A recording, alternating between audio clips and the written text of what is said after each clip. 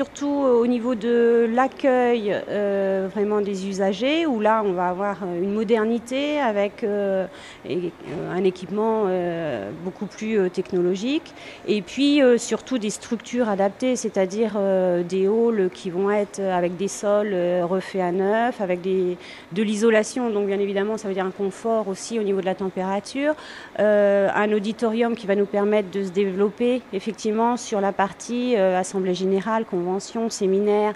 Aujourd'hui, on accueille, mais très peu. En plus, donc, ça sera doté de salles de réunion entièrement refaites. Donc, on va avoir 6 salles de réunion qui vont aller de 50 à 400 places.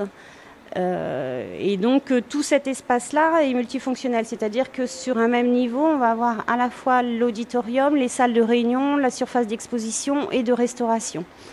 Donc c'est un tout en un et on fait tout à la carte suivant la demande. Il faut défendre les couleurs de la métropole par rapport aux autres destinations qui sont demandées par des organisateurs. C'est vrai qu'un organisateur d'événements, sauf s'il s'agit d'une entreprise régionale, donc elle va favoriser cette destination, mais sinon ils hésitent bien évidemment pour une organisation de congrès, ils choisissent une ville avant tout, et donc il faut bien évidemment non seulement montrer qu'on a un équipement à la hauteur, mais qu'on a aussi une attractivité intéressante pour on va dire la petite période lors d'un congrès qui est hors travail, quoi.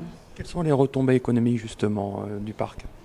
Alors les retombées économiques indirectes, donc tout ce qui concerne le taux d'occupation des hôtels, les restaurants, tout ce qui est transport, taxi, etc., est évalué à l'année à 63 millions d'euros, donc sur le territoire de la métropole.